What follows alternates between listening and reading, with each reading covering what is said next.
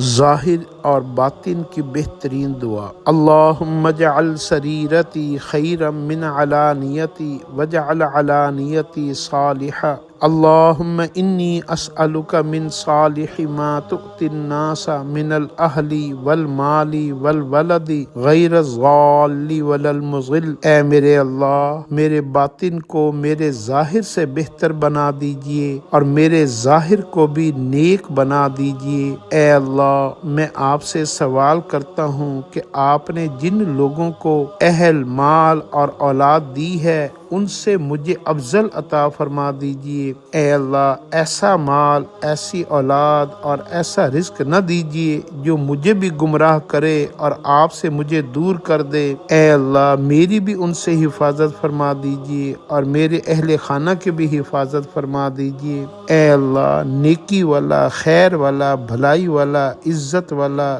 دینداری میں مدد کرنے والا، اے اللہ رزق عطا فرمائیے، اولاد عطا فرمائیے، ہماری اولادوں کو نیک بنا دیجیے۔ آمین یا رب العالمین۔